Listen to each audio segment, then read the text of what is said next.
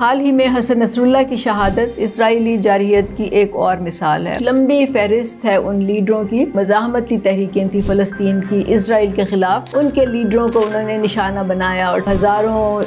فلسطینیوں کو شہید کر دیا گیا۔ دہشت گردی ہے، خانہ جنگی ہے، قتل و غارت ہے، اس کے پیچھے جو بنیادی وجہ ہے وہ سرمایہ داری نظام ہے۔ ظاہر ہے کہ جو عام لوگ ہیں وہی مر رہے ہیں۔ ان سب کا فائدہ یہی ہے کہ دنیا میں امن نہ ہو، یہ جنگ و جدل جاری رہے، لوگ ہتھیار خریدتے رہیں، ایک دوسرے کی جانیں لیتے رہیں، اور اسی طرح یہ شیطانی کاروبار جو ہے یہ جاری رہے۔ جب تک اس کو نہیں ختم کیا جائے گا، خون کی یہ ہولی تب تک جاری رہے گی۔ حال ہی میں حسن نصراللہ کی شہادت اسرائیلی جارحیت کی ایک اور مثال ہے، اور اس سے پہلے آپ کو معلوم ہے کہ ایران میں ابھی حال ہی میں اسماعیل ہانیہ کی شہادت ہوئی تھی، اور وہ حالانکہ وہ سرکاری مہمان تھے اور سرکاری پروٹوکول پہ تھے، اور اس کے باوجود اسرائیل اس میں کامیاب ہوا۔ اور اگر آپ تاریخ پڑھیں اور دیکھیں تو اس کی ایک لمبی فہرست ہے ان لیڈروں کی جن نے اس طرح کی جو تحریکیں تھیں، مزاحمتی تحریکیں تھیں فلسطین کی اسرائیل کے خلاف، ان کے لیڈروں کو انہوں نے نشانہ بنایا اور ٹارگٹ کیا اور شہید کیا۔ تو یہ سلسلہ تو کئی پچھلی دہائیوں سے چل رہا ہے، جب سے اسرائیل کا قیام ہوا ہے تب سے یہ اسرائیل اور فلسطین کا جھگڑا چل رہا ہے۔ ایک سال پہلے آپ کو معلوم ہے اکتوبر میں جو حماس نے اسرائیل پہ حملہ کیا تھا، اس کے بعد اس میں بہت ہی شدت ہوئی، اور پھر ہم نے دیکھا کہ ہزاروں فلسطینیوں کو شہید کر دیا گیا، بہت سے لوگ ملک بدر ہوئے، ان کو گھر چھوڑ کے جانے پڑے، ہسپتالوں پہ انہوں نے اٹیک کیے، کوئی اس کا حساب کتاب نہیں ہے رکھنے والا۔ پھر ہم نے یہ دیکھا کہ اسرائیل کے خلاف یورپ میں، افریقہ میں، ایشیا میں بہت سے ملکوں میں تحریکیں چلیں اسرائیل کے خلاف، اور یہ ڈیمانڈ کیا گیا کہ اسرائیل کو مجبور کیا جائے کہ وہ سیز فائر کرے، اور اس میں ہر ملک، ہر قوم، ہر مذہب کے ماننے والے تھے، ہر طرح کے کلچر کے، زبان کے لوگ تھے۔ امریکہ میں تو بہت بڑی بڑی تحریکیں چلیں، اور اس میں نہ صرف کہ مسلمان شامل ہوئے بلکہ یہودی اور کرسچن بھی شامل ہوئے، لیکن اس کا نتیجہ کیا نکلا؟ اس کا نتیجہ یہ نہیں نکلا کہ وہ ریاستیں جو ہیں وہ مجبور ہو جائیں اور ان پہ کچھ اثر ہو یا ان کی کوئی پالیسی چینج ہو۔ ان تمام ریاستوں کی پالیسی جو ہے وہ وہی رہی، اور اسرائیل کی حمایت خاص طور سے امریکہ جس طرح سے کرتا آ رہا ہے اس میں ذرا بھر بھی کمی نہیں آئی، صرف ایک وہ لفاظی تھی، یا آپ کہتے ہیں نا لپ سروس، وہ کرتے رہے۔ اور اسی طرح اقوام متحدہ میں جو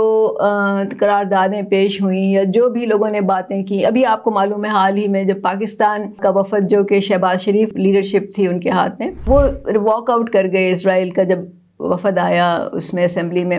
تو لیکن ان چیزوں سے کچھ ہونا نہیں ہے، کچھ بدلے گا نہیں، پالیسی نہیں بدلے گی، اور جو بھی دنیا میں اس وقت چل رہا ہے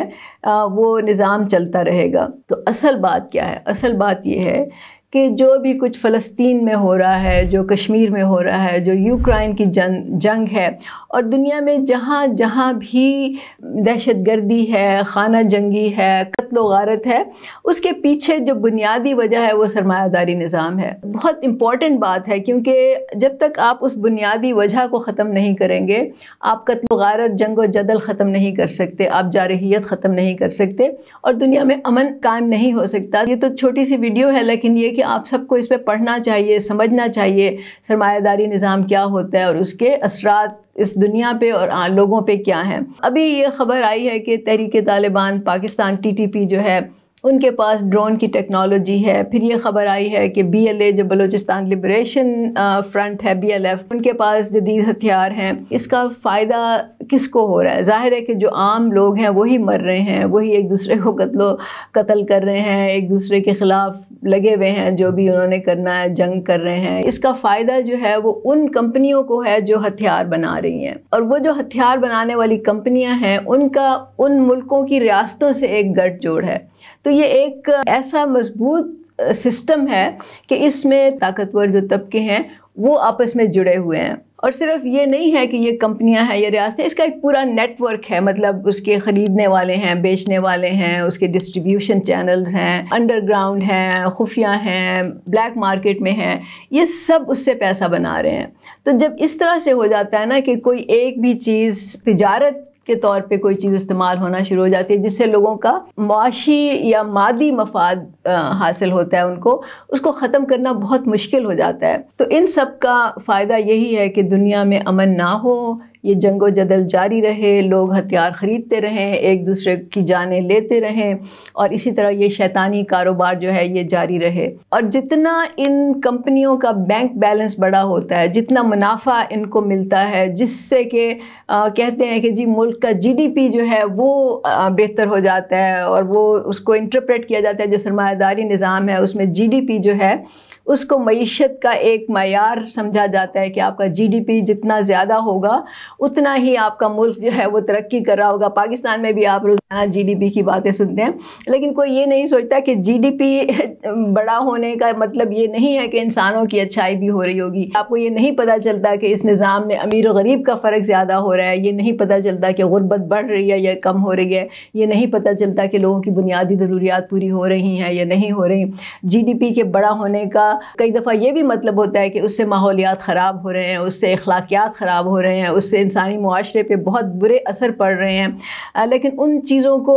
کوئی کنسیڈر نہیں کرتا۔ صرف بات جو فوکس ہوتا ہے وہ پیسے پہ ہوتا ہے اور منافع پہ ہوتا ہے۔ تو یہ ایک پورا نظام ہے سرمایہ داری کا جو کہ بیسڈ ہی اس بات پہ ہے کہ آپ نے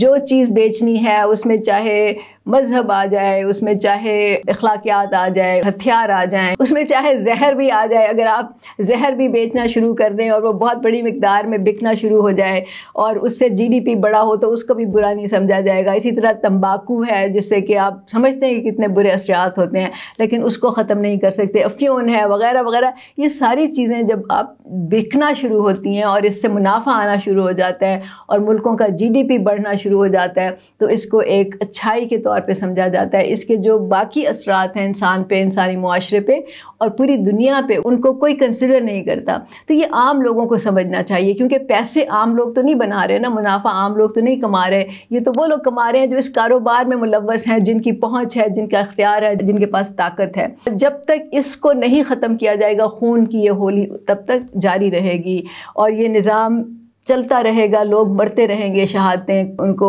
ملتی رہیں گی اور آپس میں خانہ جنگیاں ہوتی رہیں گی۔ تو چاہے لوگ جتنا مرضی احتجاج کر لیں، بڑی بڑی ریلیاں نکال لیں، اگر وہ اپنی ریاستوں کو اس بات پہ مجبور نہیں کر سکتے کہ وہ اپنی پالیسی بدلیں تو اس کا کوئی فائدہ نہیں ہے، کیونکہ پالیسی بدلنے کا مطلب یہ ہے کہ آپ معاشی نظام کو بدلیں، آپ اس سرمایہ داری نظام کو ختم کریں۔ تو یہ سب سے امپورٹنٹ بات ہے اور یہ عام لوگوں کو شاید اس پوائنٹ آف ویو سے سوچتے نہیں ہیں۔ اب یہ سرمایہ داری نظام جو ہے یہ اس وقت پوری دنیا پہ حاوی ہے، پاکستان بھی اس میں شامل ہے اور دنیا کے اکثر ممالک جو ہیں وہ اسی نظام کا حصہ ہیں۔ تو اس کو ختم کرنے کے لیے دراصل ایک عالمگیر تحریک کی ضرورت ہے جس میں کہ عام لوگ ہوں جو کہ اس نظام کے وکٹمز ہیں، اس نظام سے ان کو نقصان ہو رہا ہے، کیونکہ جب ماحولیات کا نقصان ہوتا ہے تو وہ عام لوگوں کو ہوتا ہے، جب اس سے جنگ و جدل خانہ جنگی ہوتی ہے تو عام لوگ مرتے ہیں، جب بندوقیں بکتی ہیں، تمباکو بکتا ہے، جب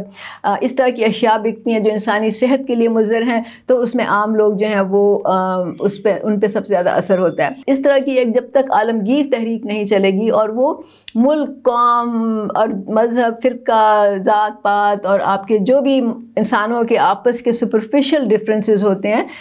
وہ ہماری پہچان ہوتی ہے، مطلب ہمارا مذہب، ہمارا ملک، ہماری نیشنلٹی ہماری پہچان ہوتی ہے، لیکن اس کا یہ مطلب نہیں ہے کہ ہم دوسرے لوگوں سے ریلیٹ نہیں کر سکتے۔ مطلب ہمارے جو عام لوگوں کے مسئلے ہوتے ہیں وہ سب کے ایک ہی ہوتے ہیں، وہ چاہے کسی بھی ملک سے ہوں، قوم سے ہوں، کسی بھی مذہب سے ہوں۔ تو اس کو بالا تر رکھ کے کہ ہم نے اس سرمایہ داری نظام کے خلاف جد و جہد کرنی ہے، جب تک ایک بڑی تحریک نہیں بنے گی تب تک یہ نظام چلتا رہے گا اور ہم چاہے جتنی مرضی باتیں کر لیں، نعرے لگا لیں، دعوے کر لیں،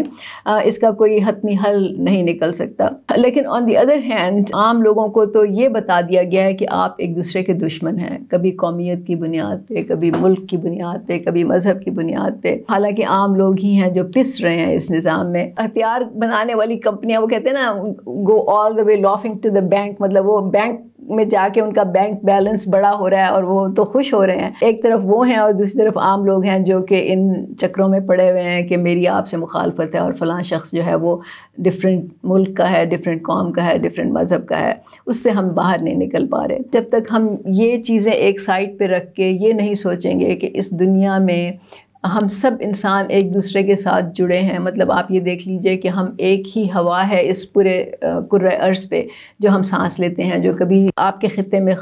خراب ہو جاتی ہے، کبھی ہمارے خطے میں خراب ہو جاتی ہے۔ تو وہ لیکن یہ کہ وہ ایئر سرکولیٹ کرتی ہے اور ہم سب اس کا حصہ ہیں. اسی طرح جو سمندروں کا پانی ہے اس سے یا ہمیں فائدہ ہو رہا ہوتا ہے اگر وہ نظام ٹھیک ہو، اگر وہ خراب ہو تو ہمیں اس کا نقصان ہو رہا ہوتا ہے. تو وہ چاہے امیر لوگ ہوں چاہے غریب لوگ ہوں، آخر کار انسان جو ہیں وہ ایک دوسرے سے جڑے ہیں. لیکن بات یہ ہے کہ کیونکہ امیروں کو فائدہ ہو رہا ہے وہ اس بات پہ سوچتے نہیں ہیں. تو عام لوگوں کی ہی ذمہ داری بنتی ہے اس وقت کہ وہ اس نظام کو سمجھیں، سوچیں اور اس کے خلاف ایک منظم متحد جد و جہد کریں. برابری پارٹی کا پلیٹ فارم اسی لیے بنایا گیا تھا. ہم سرمایہ داری نظام کے بہت زیادہ خلاف ہے کیونکہ ہمیں معلوم ہے کہ اس کے نقصانات کتنے ہیں، اس سے انسانوں کی زندگیوں پہ کتنا اثر پڑ رہا ہے. ہم ظاہر ہے کہ پاکستان میں ہیں تو ہم پاکستان میں ہی کام کر رہے ہیں، لیکن یہ جو بات میں نے کی ہے، یہ جو پرابلمز ہیں سرمایہ داری نظام کے، یہ پوری دنیا میں ہیں. تو یہ عالمگیر تحریک چلے گی تبھی اس کا خاتمہ بھی ہوگا اور اس کا کچھ فائدہ بھی ہوگا. تو ہماری انرجیز جو ہیں، ہماری جو پوری توانائی ہے، ہمارا جو ٹائم ہے وہ اس پہ لگنا چاہیے اور ہمیں اس کو سوچنا بھی چاہیے، سمجھنا بھی چاہیے اور اس کے خلاف آواز بھی اٹھانی چاہیے.